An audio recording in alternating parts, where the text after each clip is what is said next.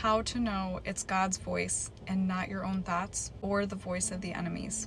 As Christians, it's so crucial that we can hear God's voice and know what He's trying to say to us. It's not another video about read your Bible and pray, but rather a deeper revelation, new take on how to hear God's voice by the way that we live our lives, that this is going to really bless you. Heavenly Father, I lift up every person viewing this video, that you handpick every single person that this is for. Let everything that I say today be from you. Ask that it results in your people being able to understand your voice more clearly. In Jesus' mighty name, amen. I have 5 things that you need to know. Let's get into the first one. If there's one thing that I've learned about hearing the voice of God clearly, it's process.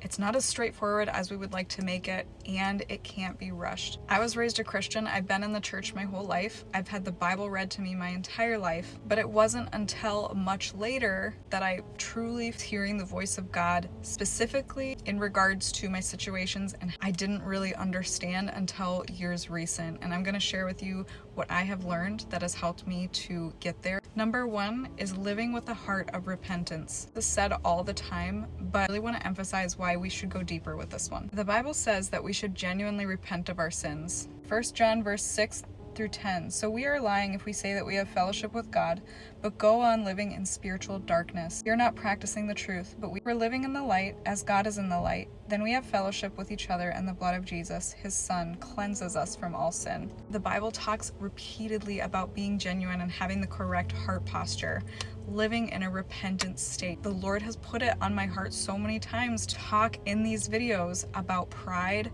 stubbornness, and things that we should not have in our hearts. For things that are associated with the kingdom of darkness. The enemy loves for people to be stubborn, prideful, and hard-hearted. And if you live in that place, it's harder to live a lifestyle of repentance. Not only do you never think of repenting from your sins, you have a hard time forgiving others. The Bible says it in Luke 6:37, forgive and you will be forgiven. If you cannot forgive others, God will not forgive you. It's a harsh truth that no one wants to hear. That's what the Bible says. This is one of the main reasons why we need to read the Bible and allow God's active word to pierce through. Hebrews 4:12 talks about the word of God being living and piercing. I will feel a tangible shift in my body. When somebody reads God's word out loud, I hear a verse of the Bible read out loud, I can feel something responding inside of me, and I know that is Christ within me. It's activating. The atmosphere is shifting. We have the power to shift our atmosphere by activating God's word in our daily life. It doesn't have to be that much. You can read one verse out loud. This is where prayer and submission comes in. It renews and transforms our mind, not by your own strength, but by God's wonder.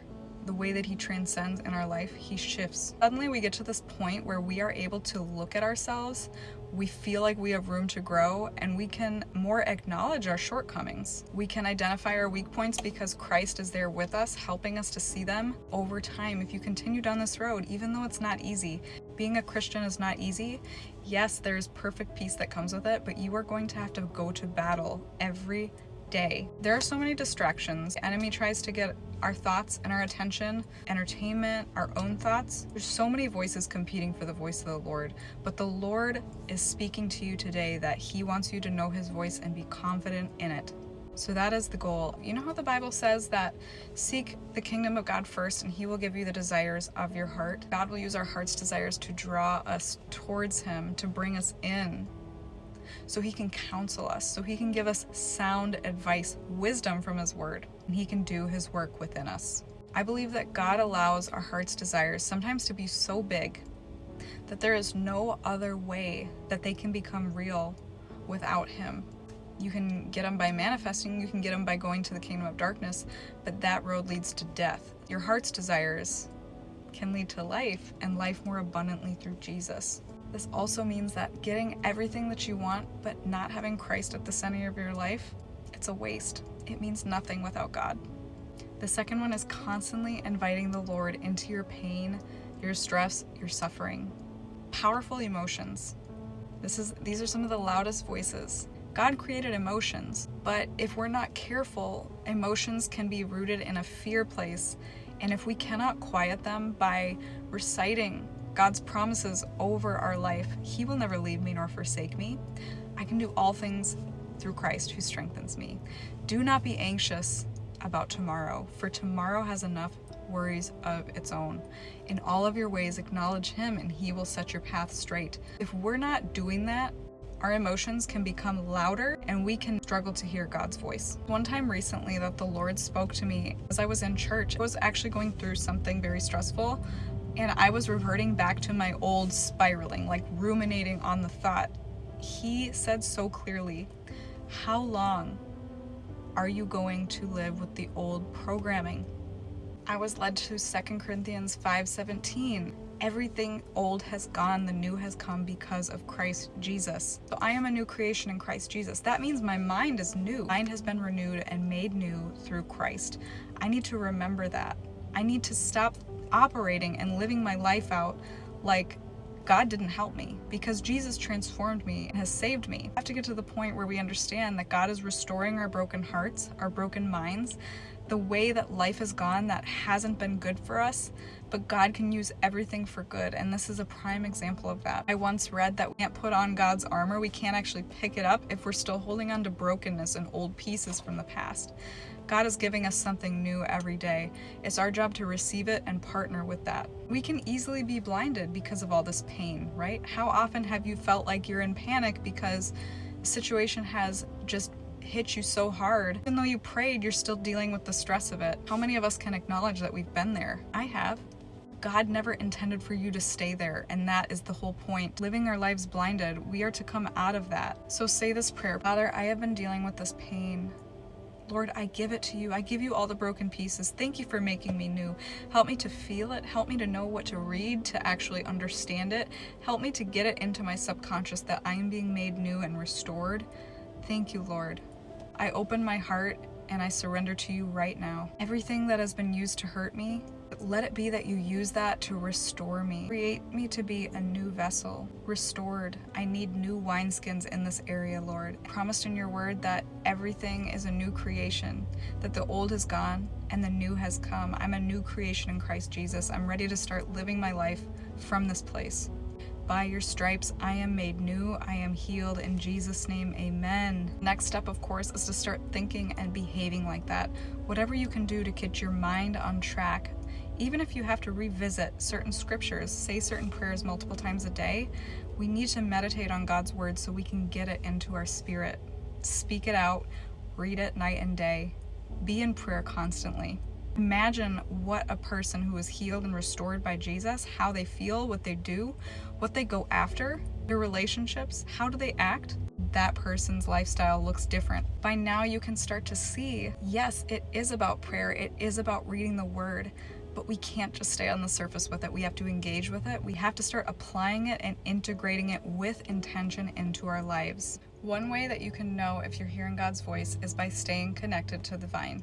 What does that mean? Staying connected to the vine is also like seeking first the kingdom of God. You're praying, you're actively reading the Bible, you are pursuing a relationship with God genuinely, and you're not just saying, God never speaks to me, without actually seeking first the kingdom of God. That's what staying connected to the vine really means. We are doing things that the Bible says to do and doing our best, of course not perfectly because we are not perfect. Christ makes up the difference for all of the imperfections. We are sinners, and we are not going to be any different until the day that we're standing in heaven with the Lord. Let me read to you John 15:4.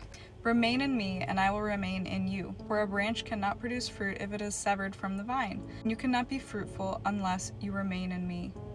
Yes, I am the vine, you are the branches. Those who remain in me and I in them will produce much fruit, for apart from me you can do nothing. Anyone who does not remain in the Lord is thrown away, because the branch will wither. Just like a branch that is cut off from the tree withers up and dies, we cannot stay disconnected from the source and expect to hear God's voice. We must be attached to Him at all times. We must be receiving nutrients, water, all of the things that we need to stay alive.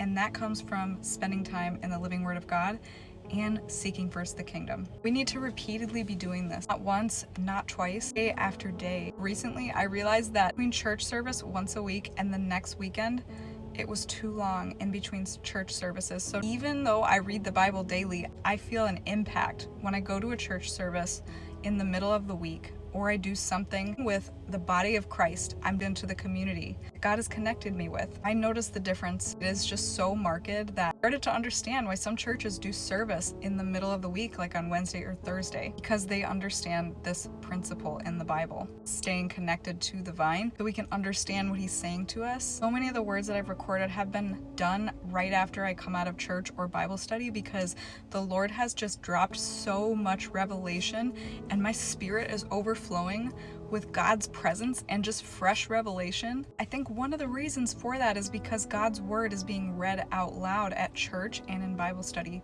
And when those words penetrate the atmosphere, you are releasing heaven. You are releasing God's presence. Holy Spirit is there all the time, but you are stirring that atmosphere. The difference is so tangible. Try it for a week, come back and tell me how it went. And tell me how many of your problems, stubborn problems, have been taken care of. Solutions happen when we do this, and the Lord wants us to. The Bible also says, wherever 2 or more are gathered in his name, there he is also.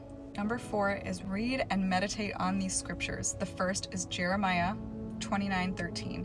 You will seek me and find me when you seek me with all of your heart.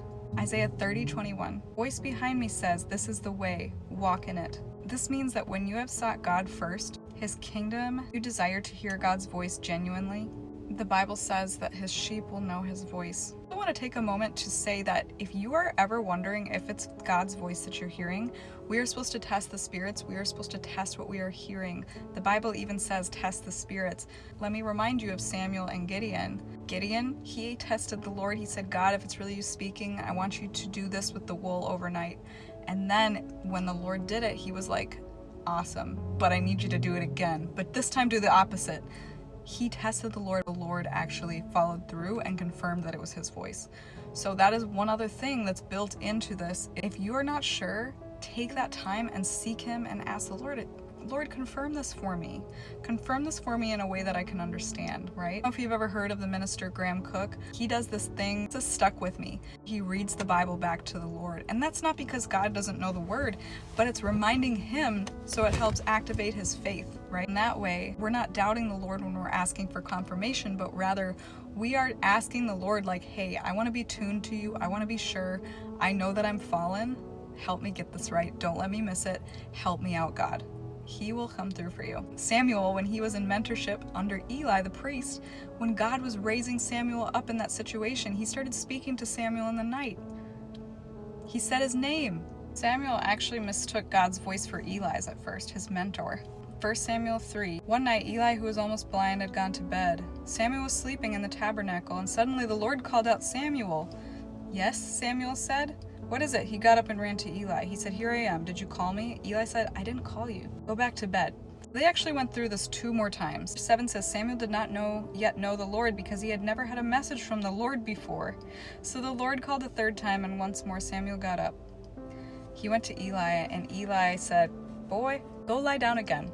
And if someone calls again, say, speak, Lord, for your servant is listening. Samuel went back to bed.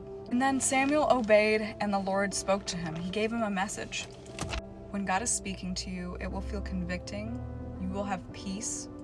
Many people describe God's voice as a still, small voice, but also piercing like a trumpet, authoritative. I've come to understand God's voice in all of these ways, and I think over time, as you mature in Christ, as you let the Holy Spirit in more and you live with a heart of surrender, you may experience different ways that the Lord speaks to you through situations in your life. When you're doing something and then you feel like God's voice is coming through loud and clear. Sometimes he'll speak to you in dreams. And 5 is always take it to scripture. John 10 verse 27. We must belong to God. My sheep know my voice and listen to it. I know them and they follow me. Bankers are trained to recognize counterfeit bills. In the same way as Christians, we become trained up in the Lord by reading and staying connected and seeking the kingdom first to recognize counterfeit voices. Thank you, Holy Spirit. Counterfeit voices that are trying to get us to believe that we are hearing God's voice. But when we read his word and when we understand how he sounds, the things that he says, the things that he convicts us of, and it lines up, it can be supported by the Bible, that is a time where you need to take it seriously that you're hearing from the Lord and seek him further. obey what he's saying. Say, show me the rest, Lord. Are there any other instructions that you have for me? And then make sure that when you get that instruction that you're following through, you're obeying, and that you're walking that out. Because a lot of times people say that they stop hearing God, or they don't understand. They feel like God stopped talking to them. But then when they obeyed and they went back to the last instruction the Lord gave them, and then they started to hear the voice of God again. God is always speaking. We just need to tune our ears to heaven, to the Lord. And the way that we do that is you can start by reading those scriptures, staying in the Word every day, seeking first, being able to compare and put up next to scripture what you're hearing is key. We won't always get it right. Sometimes we'll hear, we'll misunderstand, or we won't identify that we heard from God. But one thing that I love to pray is that, Lord, let me understand when you're speaking to me. I position my heart right now. I position my heart towards you right now. I surrender. Lord, make my heart soft so I can receive from you. I desire to hear from you. We should always be seeking God's kingdom first and taking our desires off the throne. And that helps ensure when we think that we're hearing God's voice, we can be confident that it is the Lord. If your heart is to hear God's voice clearly and understand that it is the Lord, say this prayer with me right now. Heavenly Father, I desire to hear your voice. I silence any thoughts or voices competing with yours. In Jesus' name, amen. And then sit in quiet. This is also called sitting in the secret place with the Lord, going to the secret place, sitting in a prayer closet. Right? And this is because you can get away from distraction and not be thinking of other things when you're trying to be receptive to the Lord. If you're struggling with depression or an addiction, feel free to book a mentorship session in the link in my profile. I would be honored to help support you. I'll see you guys soon.